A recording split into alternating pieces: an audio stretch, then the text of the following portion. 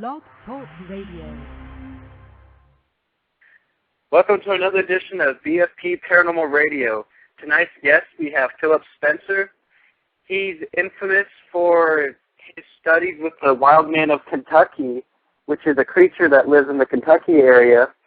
And also on the phone with me tonight, we have Tim and Nick, my co-hosts. And tonight's show is going to be pretty good. We already have some questions coming in. Is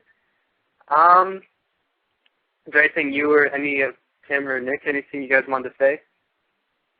Oh, no. Yeah, no, I'm just looking. Oh, go ahead. Oh. But anyways, I was going to start off the show. I was going to ask Philip a little bit about his background and a little bit about what got him involved in the Wildman.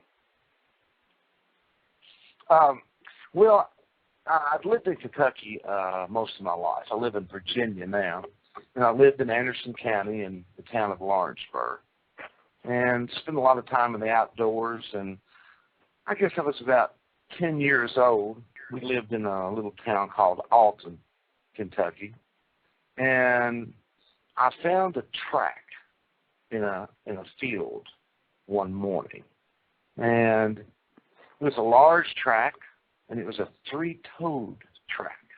There were no other tracks in this field, and it's probably maybe a quarter of an acre field that had been plowed and disc, and it was flat, and it took the track perfect. And it was many, many years later when I was online that I found out others had seen this track, and it was they had associated with sightings of Bigfoot. I, at that time, as a young boy, had no idea what did this, and I'm still not to this day really sure about the connection between this type of track and Bigfoot, but I think that was the catalyst for just a lifelong, in-depth curiosity about cryptids and just all the oddities and strangeness out there in life. Well, something I was going to ask, I know it's kind of a general question you probably get asked all the time. I was trying to stay away from questions you get asked all the time, but what exactly is the Wildman of Kentucky for the people that don't know?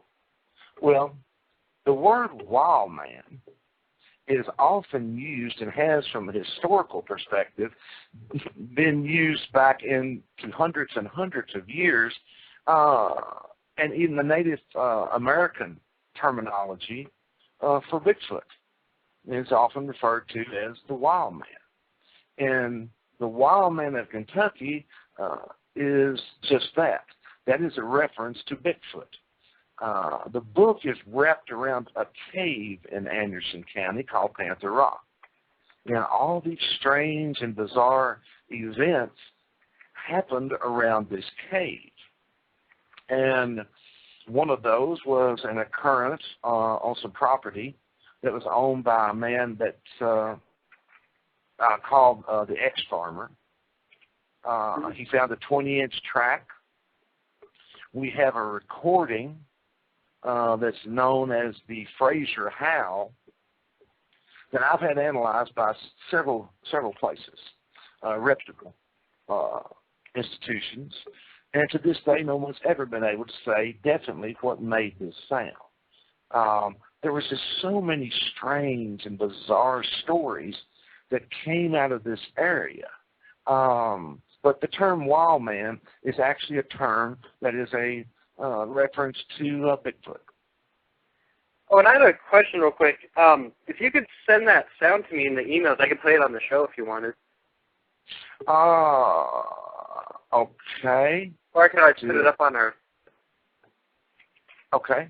While we're chatting here, I'll just dig that MP3 up somewhere, and I'll zip it out to you while we're chatting. Well, another thing, I know you could have had three-toed footprints. I noticed from some other people that we've interviewed and from our own investigations that a lot of the Bigfoot-like creatures down in the southern United States, like that general area, they have 3 toes compared to the usual, 5 that you would think of. do you think that the Wildman of Kentucky, is it more like its own type of, like, I'm trying to think of how to word this.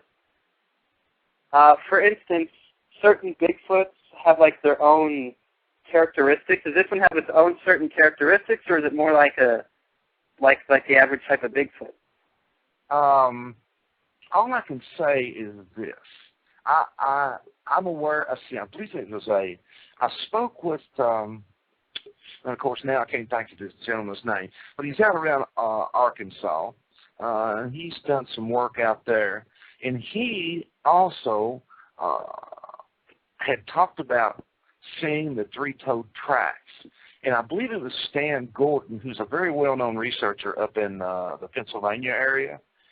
Mm-hmm. And I believe to this day he still has the picture of a three-toed track on his website. As to correlate the three-toed track and what is commonly seen as the large tracks thrown by what is commonly referred to as Bigfoot, I don't know about that. To be honest, I am not completely convinced that this three-toed track is this creature, is the creature that everyone would refer to as Bigfoot. I'm not sure about that.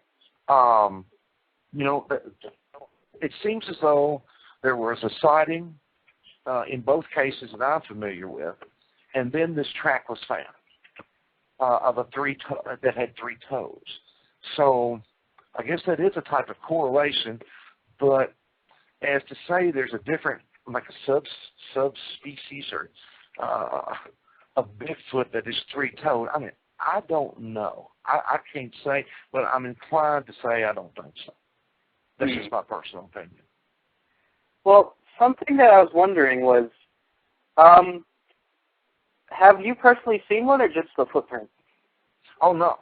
I had a sighting in 1970 in a little town called Glennsboro in Anderson County.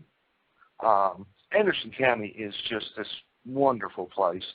It's a rural community, great people, lots of streams, rivers, creeks, just fishing heaven. And late one night, my friend and I were out on a country road, as they say, and we used to love to go out at night, and we would just look at animals. We just enjoyed that. And we were looking through a river bottom. A lot of the listeners and people will understand what that is. It's the flat areas along the sides of rivers. And we were looking at the deer. And as I was sweeping that river bottom, and we were just talking, we were in a car, and it's like all of a sudden your mind tells you, wait a minute, something wasn't right there. And so I backed the light up, and there it was. This creature was huge. And I'll tell you, everybody would say, well, it would seem like the creature would be one of the primary things that was embedded in your mind, and yes, it is. I'll never forget it. We watched it walk away. We watched it look over its shoulder. We watched it step over a fence. But one thing that really, really was embedded into my mind was the deer. There was a lot of deer in this field, and the deer didn't panic. And they were within, some of them, 50 to 75 yards. And I would say there's probably maybe 50 deer or more. It's a huge amount of deer in this area. And they just scurried away. It was just so strange. When this creature turned and walked away, the deer just scurried away, and they did it all at once, like you would walk out into a group of chickens or sheep, and they don't panic. They just all move at once. I mean, anybody who's been out in the country knows exactly what that's like. Mm-hmm. And the creature it didn't walk, it didn't run, it just intently moved away, and it stepped over a fence 3 or 4 feet tall, and it just vanished into the night. And we just sat there and didn't quite know what to think or say. Well, another thing that I was wondering was, I know I was looking at one of your websites about the Fraser track. Yes. The Fraser mud track? Yeah. Yeah. So would you say that this creature is it more ape-like or is it more dog-like or? It's not ape-like. That's a I don't know what made that track. I have had some very, very knowledgeable people in the world of canine and feline tracks and so forth. And to this day, no one can say for certain what made that track. But there are some things about that track that everyone could agree on. And that is whatever made that track was really, really big. A mountain lion, a large one, will throw a 3.5-inch track on a mountain lion. That's a big mountain lion. And another thing to make that track really interesting, a week later, and I interviewed this gentleman and his wife. They were approximately a half mile from where this track was found on the ex-farmer's property. They had a cow, a 700-pound cow, come bursting through a gate, tore the gate off, ran into the yard with its eye ripped out and its ears torn off down to the bone, and huge gashes in its back. Oh, wow. And this was a week later. Yeah, what are the chances? I'm wondering, so do you think it's a separate creature altogether than the... Altogether. I do not think that is in any way associated with a Bigfoot type creature. So does it have a lot of animal attacks like that? You mean in the area? I mean, just like in the whole, like in general, does it attack a lot of animals? Are you talking about Bigfoot now? Is that or either one? This whatever this was, there were some horses attacked in that area also, but that gentleman did not want to talk about that. There had been another attack on this property that is just extremely bizarre.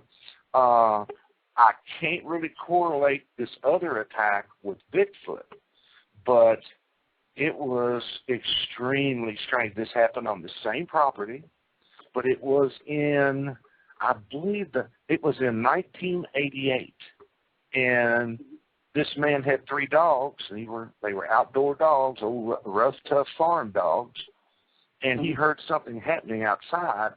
He went outside and looked. He lives in a rather remote area, and his 3 big dogs were in a fight with this creature. He said he'd never seen anything like it. He said it was well over 100 pounds. His dogs were 60 to 70 pounds, 2 Dobermans and a large farm dog. And they were in a fight with this creature. He could hear the dogs screaming. He could see them. They were just far off enough to make the visual hard to be really clear. He was very tired. He had worked a long, hard day. He figured the dogs had always taken care of themselves. He went to bed. He woke up the next morning and found the 2 Dobermans laying out in the yard with their faces just ripped open, and the bigger dog was never seen again. He said this, whatever this creature was, when he described it to me, it sounded to me like he was describing a giant sloth. That's honestly what it sounded like. He said it was gray, its stomach hung down low, and it was facing him and fighting the dogs coming at it, and he could see it swipe.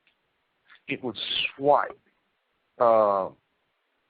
He doesn't know what it was or what did it, but that's just one of the events, and he found a 20-foot track. There's some pictures of that off of my website, www.philipspencer.net, and just all these bizarre happenings. And this area is within 1,500 yards of the cave, of the Panther Rock Cave.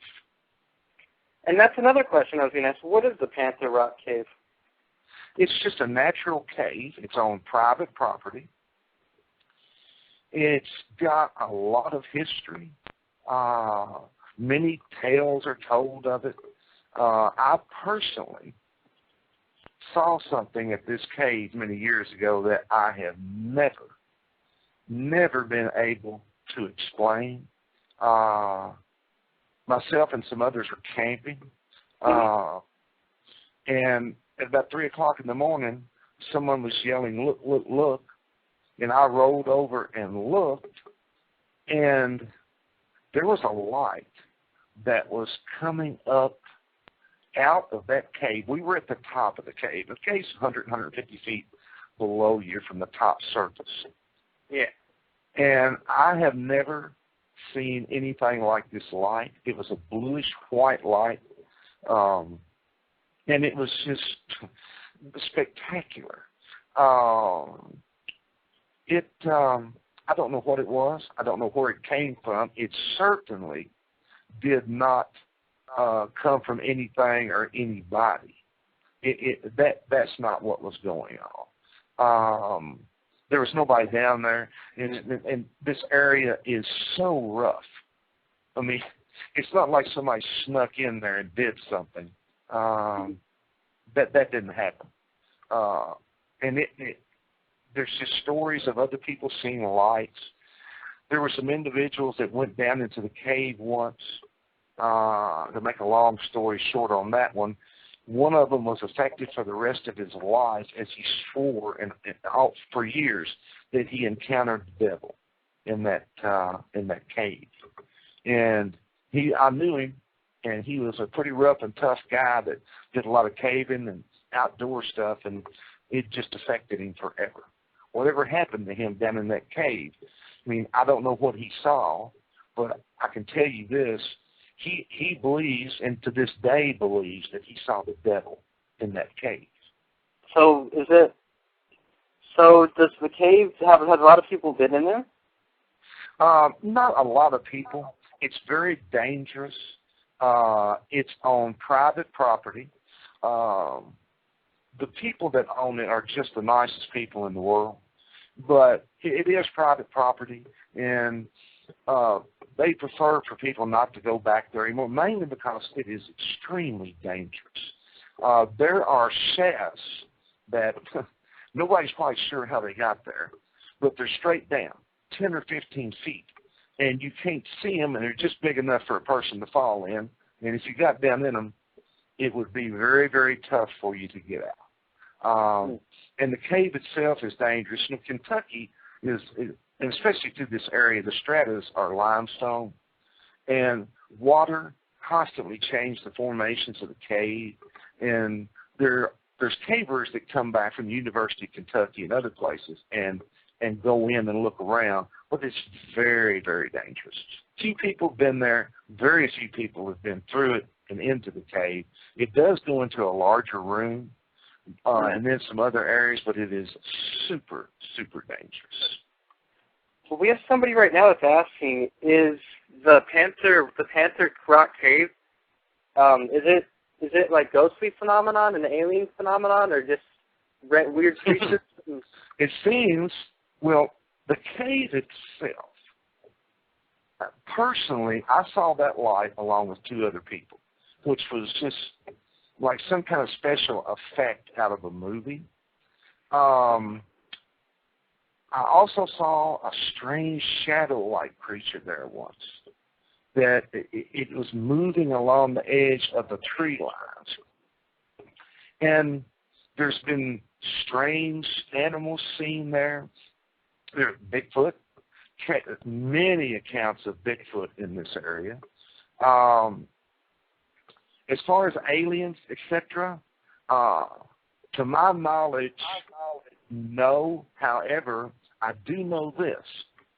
The ex-farmer, as a young boy, across the Kentucky River over in Woodford County, he and his friend had an amazing sighting of a UFO. And that's in the book.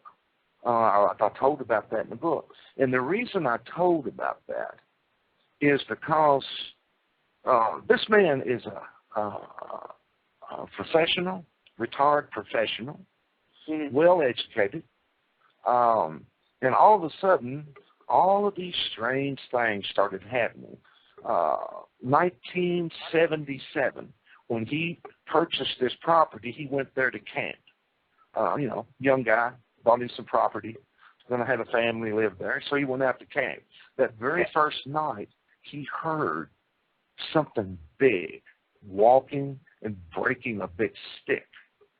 And he said that was the very first night on the property, and as time went on, these things just kept happening and happening that were just bizarre. The sounds they would hear at night of these deep breathing and something big, and the dogs acting strange. And then that track, they had heard something moving through a creek, and the dogs were acting really strange. And the next day, he went down looking around and found this 20-inch track. Now, I'm sure as everybody knows, when you look at a picture, it's two-dimensional. So this was not a very good representation of the track. And he did his best to outline it, and then I filled it in and had him verify that that's what his eyes were seeing there on the ground. And, a 20-inch track, that's an enormous track. Sure. But it correlates with all the strangeness in this area. I have no answers as to what's going on there. Why is all this happening in this area? But it all happens around the cave. Now, that could just be happenstance or circumstance or just, that's just how it is. But it is certainly a strange and bizarre and fascinating area. Well, a question that I was personally wondering was, is the book and the Panther Rock, is it the book and the movie, the book and the documentary the same, or are they different? In the book, you'll find much more actually than the movie. It's got to do with production, and the movie after we went in and filmed for a week, and then it was sent to England, and from there it went to Hollywood. And in that process, the correlation and synchronization with the story in the book and the movie, and I understand production. I know how it does. I do camera work and CGI and everything. A lot of it they just couldn't put in. The movie is 2 hours, and there was still a lot that they just didn't get in. But in the book, all the stories are covered.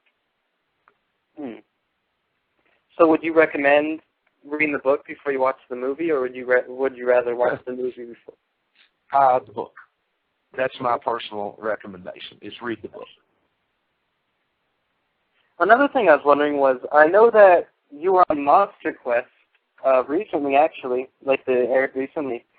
When you filmed your MonsterQuest episode on they call it the Hillbilly Beast, was it filmed in the same location as your Panther Rock DVD? Actually, no.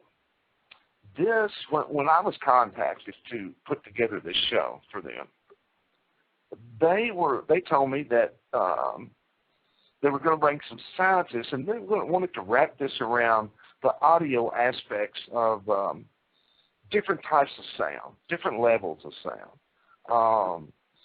And they would bring in scientists from Texas A&M. And I also work with Tony Gerard. Now, Tony's assistant producer for MonsterQuest. He's also a really good friend of mine. We've worked together for years. And so I went in early and scouted out an area of Anderson County that I knew. It was actually the area where I had my sighting. But I had also gathered much more information about this area. As far as people hearing things, it's along a river, very lush perfect cover, lots of sightings, but I'll tell you something that I haven't told anyone yet, that I discovered while I was out there rambling through the wilderness looking for the perfect location for all this filming and stuff. I had some aerial maps, and I was looking the land over. I was actually trying to figure out a way to get across a river and come in and set up all the equipment across the back end of this valley. I felt that would optimize the chances for us actually capturing something. And as I was sitting there looking at these aerial maps, I made a discovery. Now, this area where we were in, the river is the Salt River, and it runs up, and then it turns and heads south.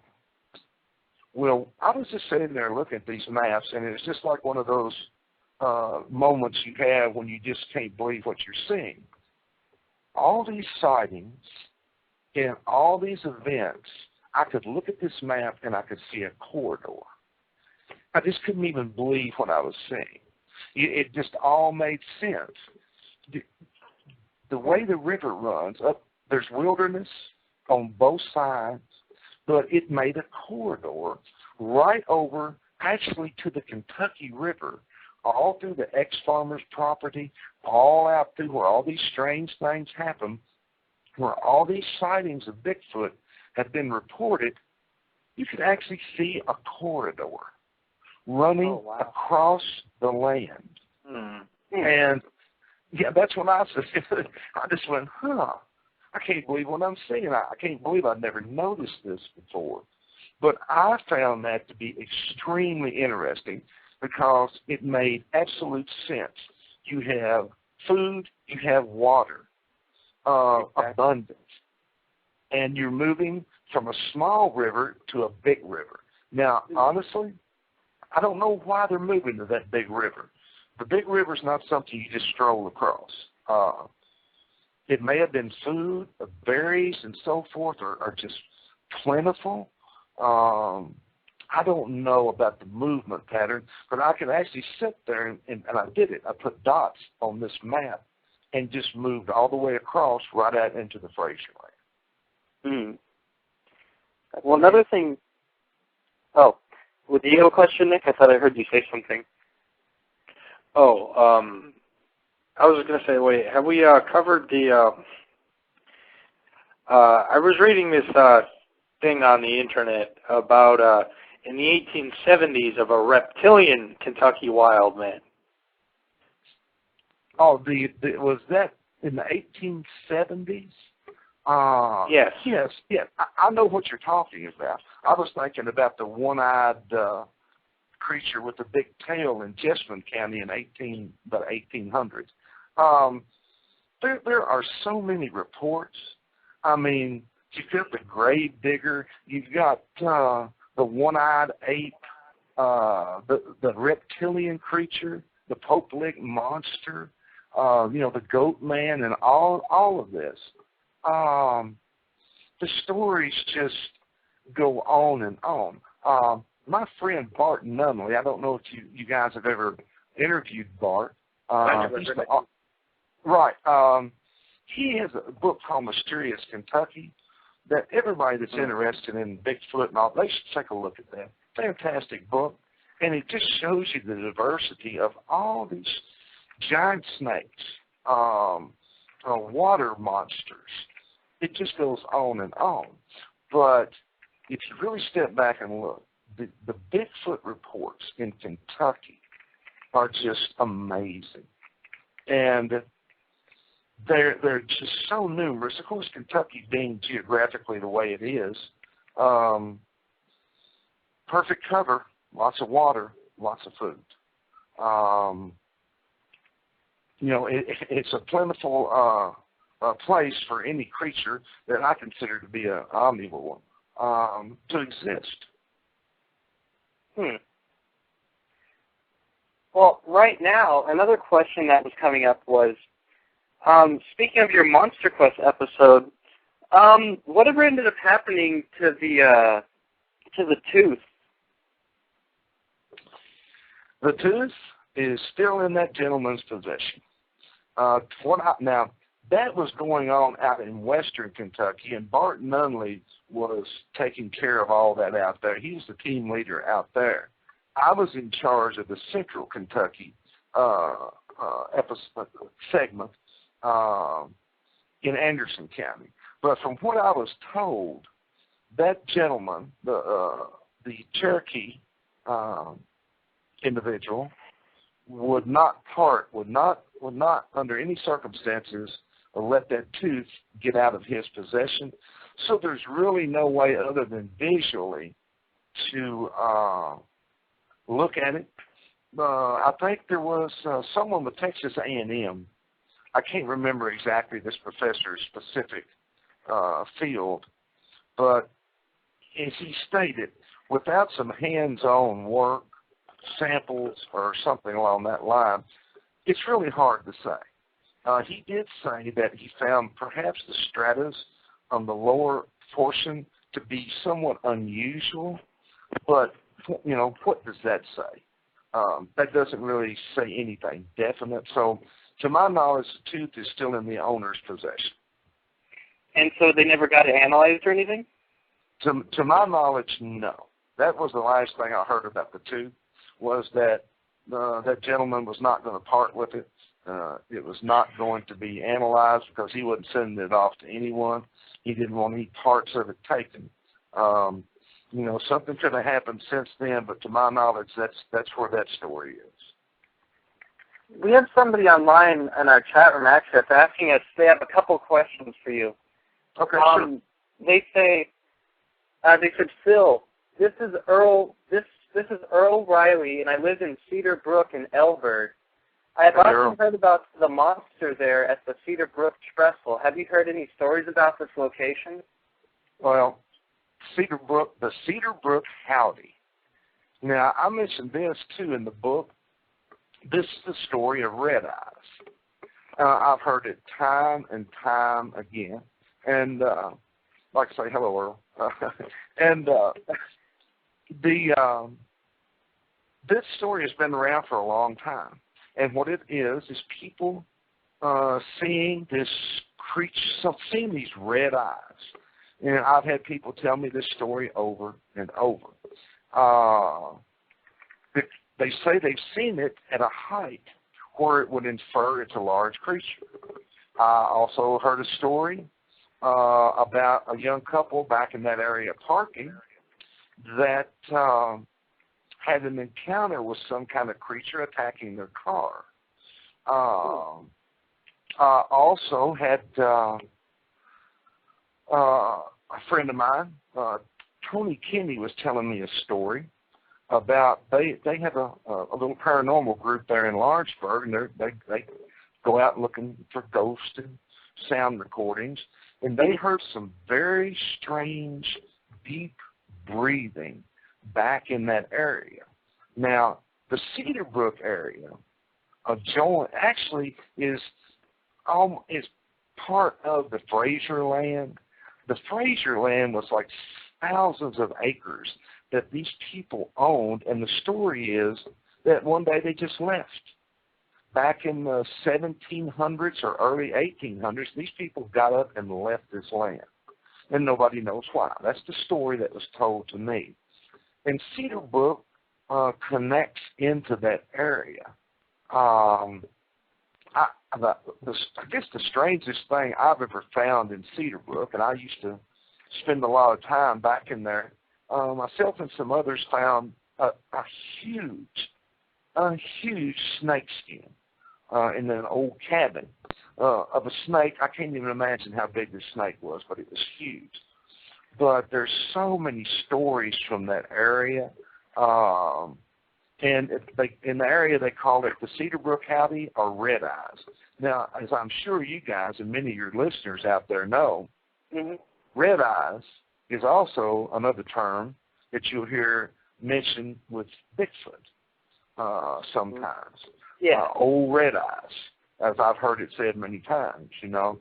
So, yep, I know about Cedar Brook, been there many times, and I've heard the story, Earl. Well, Earl just brought up a good question. He says, he's also said that he's heard it called green eyes, but he says, but I never saw it myself, although we have heard strange howls there several times and have had kids tell us they've seen something while parking, is what he said. Right. I've never heard it called. Oh, by the way, I sent you the howl. I emailed it while we were chatting. Oh, all right.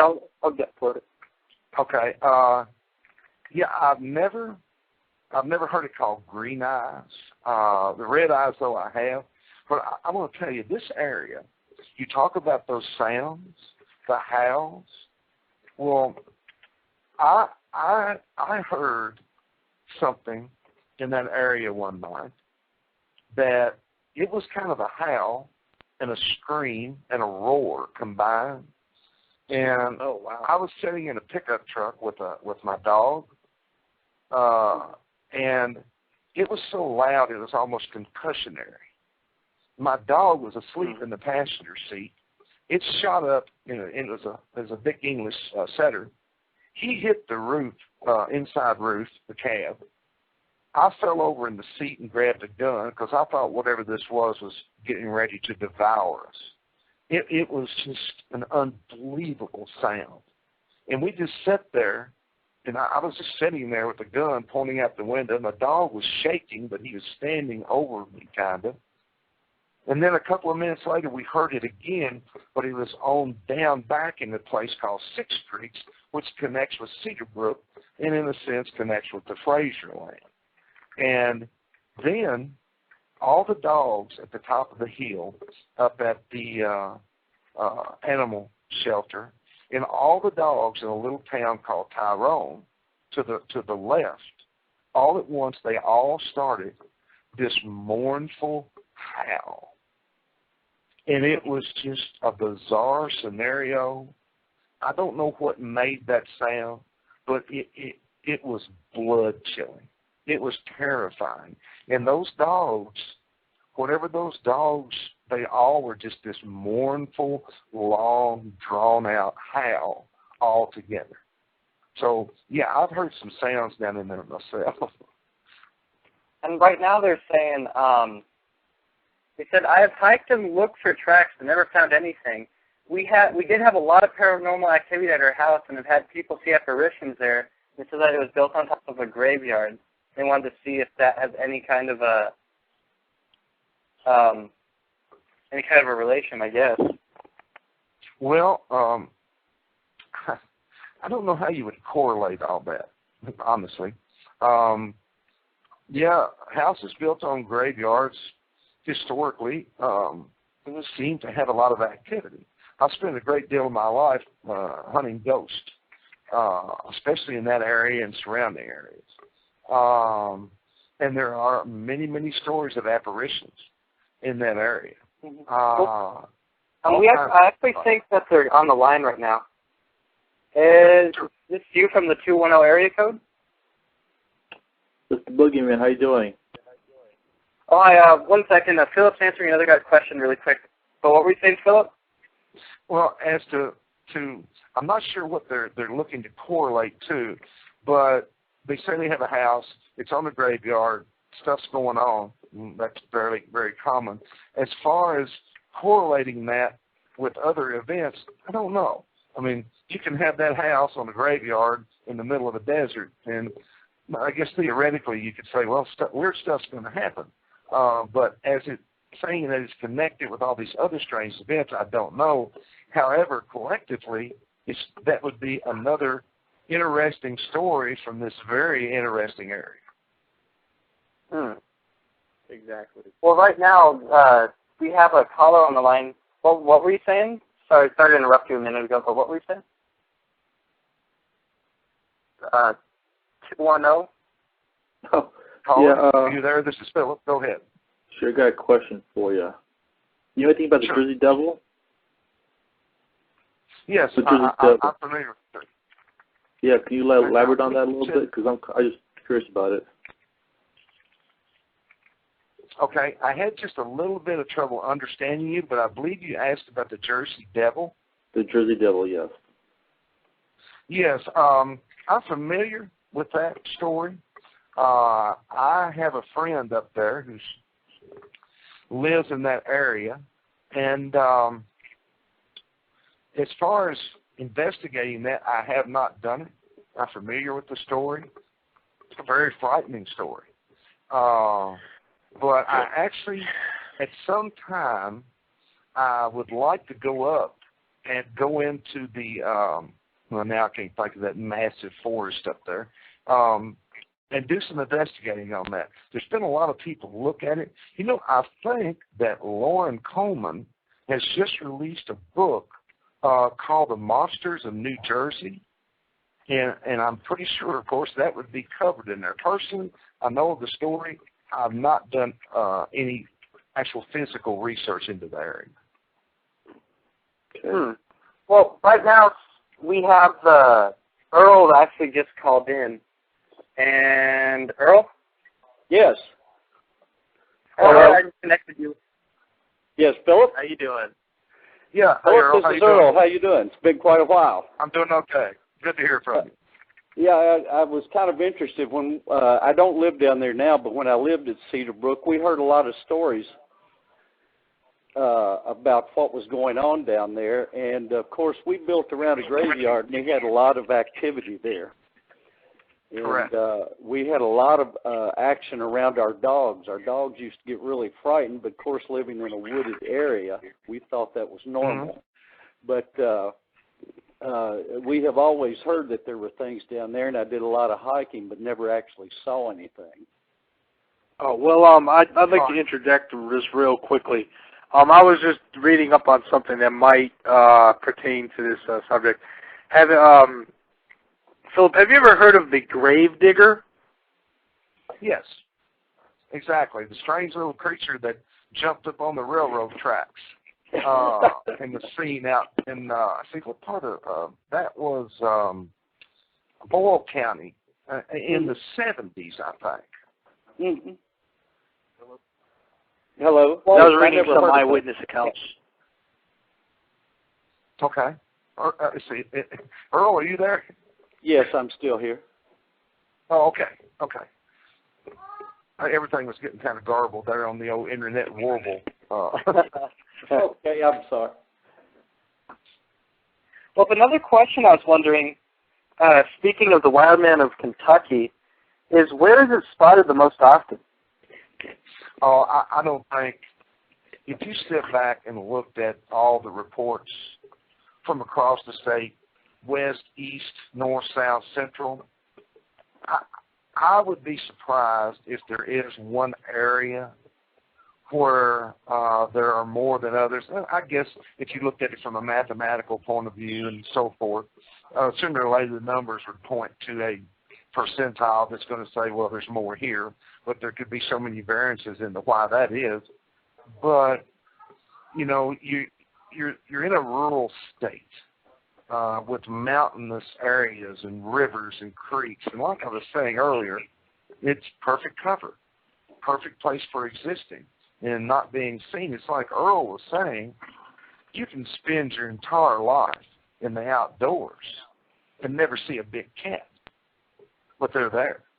You know, never see a track of anything unusual. It's most of these are just stumbled upon. And lots of the time by people not looking. But I don't really know if I could say where it would be seen most. You would think it would be in the eastern part of Kentucky, up in the Daniel Boone Forest area, due to the wilderness area and remoteness. Well, right now I actually got your Fraser Howl on our switchboard right now for the sound. Okay. I was going to play that really quick, and then I was going to have you talk a little bit more about it. Okay, I can, if it's okay, I'll just kind of set this up for everybody listening, all the folks listening and the chat room people. This sound was recorded late at night by the axe farmer. I had left him a small handheld digital recorder. I told him, considering all the weird stuff going on, if something happened, grab it. Well, something happened. But what I want to ask everyone to do is to listen to this closely but pay very close attention to the dogs. There's 2 dogs outside with him on this farm. This sound was 350 yards away, and it was over 100 feet down and behind a hill. So anytime you want to play that, it would be okay. All right, it might come on kind of loud. I'm not sure how loud it's going to come on. Okay. All right, but here it is.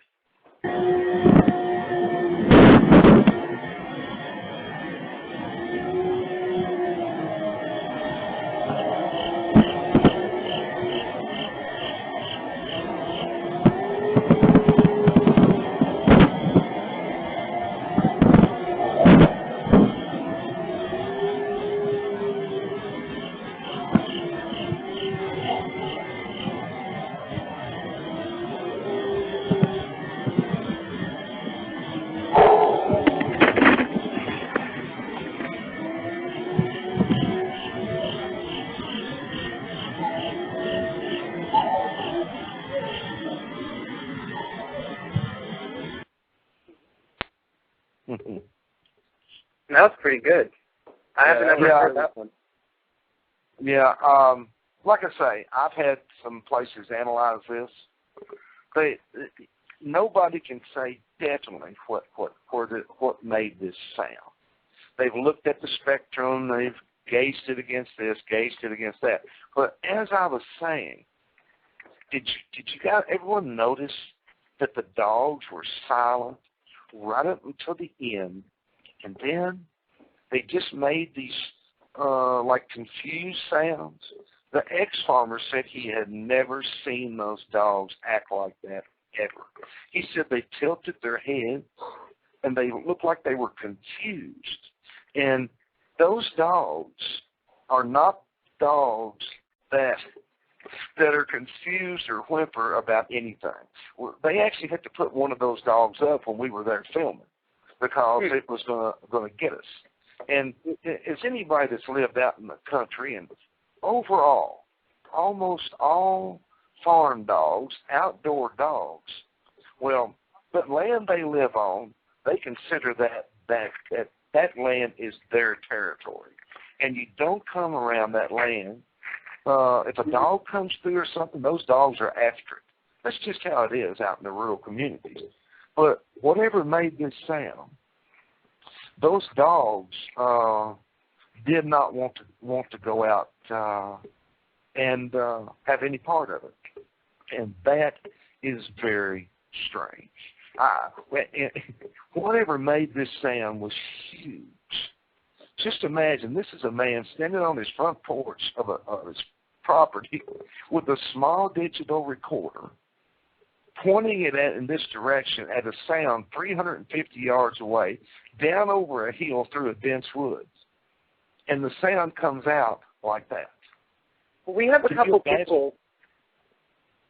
Oh, you go ahead. I'll tell you when. No, I was just going to say, can you imagine what it would have been like to have been standing 25 feet away from whatever was making that sound at the time it made it? So was the Fraser, was the mud footprint on the day after or around this time? Or? No, that the Fraser track was in 2002, and the Howl was in 2007. I believe I'm correct on that.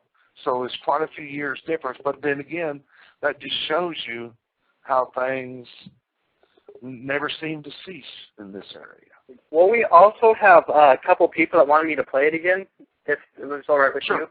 Or I'll play it again for everybody. I understand. Was it a little loud, or was it okay for everybody? Or?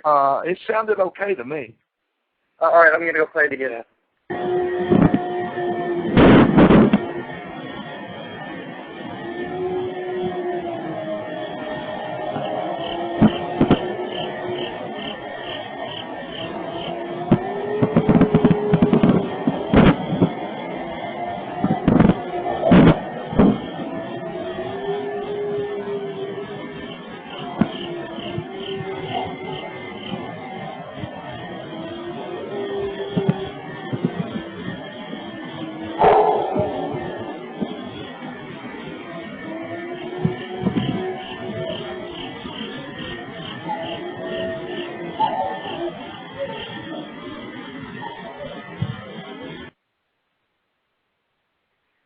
Wow, that gets better every time I hear it. Right, yeah. And, you know, everybody can go to my website at www.philipspencer.net, and it's on there, and you can sit back. If you got headphones, you know, a headset, just sit back and listen to that and think about how far away it was. And, you know, it's like I say, nobody's sure what made that. You know, some people have said, well, maybe it's a dog. Well, if it is, it must have been a 5-ton dog. So another question was, Earl, you're still on the line, right? Yes. Was the sound, was that similar to what you heard, what you were saying? The howls we really didn't hear so much. The dog sounded familiar. A lot of times the dogs would hear rustling, a lot of scurrying up in the woods, and they would go up in there barking and howling, and then they would run back. Whatever was up there was scaring the dogs. And we had a pretty good sized dog, but when they came running back, they were really on the move. And I never really heard a howl like that. Yeah, that howl is so unique. And like you say, Earl, dogs, just like your dogs, they hear something, they're going to go at it. That's just how they are out in the woods, out in the rural areas and farms. And these dogs of the ex-farmers, they would have done that in a heartbeat to anything else. I've seen them do it. But they never moved an inch when this thing started. And he said they tilted their heads and their ears perked up. And he said, Philip, he said, I swear to you, they looked like they were confused. He said, I've never seen them do anything like that before. Well, it's a very interesting sound. I enjoy listening. I never heard anything like that up there in our woods, but of course we were down in the valley. Like it would have scared me to death, but and I never really saw any tracks or anything down there. A lot of different animal tracks, but never found anything either. Right. Well, the ex-farmer had lived there for, 30 years. He had never found anything, and then one day he stumbled upon that the Fraser mud track. And then after hearing all these strange sounds in the creek, he found a 20-inch track. And like I say, it's really not, when you're trying to look at two-dimensional photographs without being able to show a cast or anything, the specifics and distinctions to really verify that track are hard to see. But I don't doubt it a bit after everything that's gone on there. We went one time. Supposedly, there's a big cave system that runs on one side of Anderson County and goes back down to the river. And a lot of the older folks years ago said that the Indians used to use it to bypass this area getting down to the river, which makes me feel like if there is anything down there, and this, we do have a lot of cave areas down in there, maybe it's down in these caves. That has been discussed from all over the country about Bigfoot and caves. And I know that cave system, there are more caves in that area. I've seen them. They're around. A lot of people don't know this, but the strata of limestone runs from Taylorsville on through Anderson County and into Lexington. So possibility of linkage, very possible. The possibility of collapse, very probable due to the consistency of limestone and the water changing. So the underground cave systems in Kentucky, to best of my knowledge, are fluid. There's a great change there of their size, shape, and path. Water cuts the paths. There's water running all under Kentucky, all through the caves and the rocks and the mountains underground. But I know what you're saying about possible places to get out of the weather to hide in the caves. That's kind of a logical thing, but the only problem I've always had with that is there are areas where there aren't big caves. The creature known as Bigfoot, we're talking about a big creature, a big creature. And it's not like it can just get in any old cave. And so how would you explain that in an area where we just don't have a lot of caves? Yeah, it's true. Now, most of the caves I've seen down around Cedar Brook, I couldn't get into. Could barely get in there. But supposedly there is a very large system down in there, but where, I've never found the entrance. So. Right, yeah, there is, but you have to be really good. The professionals that come out in that area, they go down into those little holes that you barely can get in, and they get into a bigger system. But they all will also tell you that it is extremely dangerous, very dangerous area. But all these things happen in this area. Like the MonsterQuest shoot went in another area of Anderson County. And but like I say, there's a linkage there between what happened. Lynn Hutton's sighting, he and his son, the sightings they had, I think is one of the most compelling testimonies that I have ever heard. I have absolutely no qualm, no doubts that Lynn Hutton and his son saw Bigfoot walk out of those cedars and stop within 15 or 20 feet of him. I have no doubt in my mind that happened.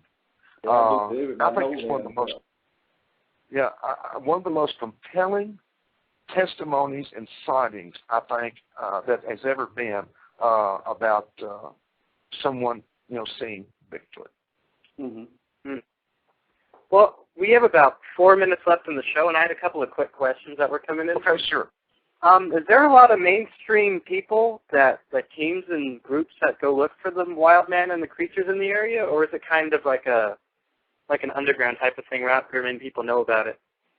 Well, there are many. I'm sure as you got know, there are many groups, clubs, organizations of individuals out. They go on expeditions and so forth. I personally have not done anything like that. There are people that come in there and have looked around.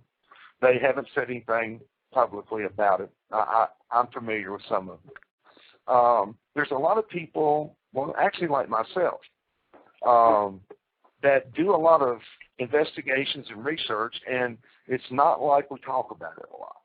I have several projects I'm involved in right now that will go in and very quietly go in and try not to disrupt anything and do as a complete an investigation as we can and see what we can find out. And if it looks like it's something that we can work with, then we'll go back and do a movie and a book on it, but we're taking a new approach. I have decided that my team and the people I work with, we're just going to try to tell the stories. We're not going to be into a lot of this Hollywood stuff and all this, blah, blah, blah. We're just going to try to really do a good, solid story about certain areas or things going on so that people can hear these stories and testimonies. And if we got something to show them, we'll take pictures, we'll talk with it. Well, sorry to cut you off short, but our show is going to end in about a minute. I was going to say, is there any links or anything you wanted to say for people to look you up? Oh, sure. Everybody that's listening, all the chat room people, first of all, thanks to everybody. Earl, it's good to talk to you. All the fine folks in Anderson County and Lawrenceburg, hello. And everybody can visit www.philipspencer, and that's Philip Spencer, Philip with one L, .net or .com. I own both of them.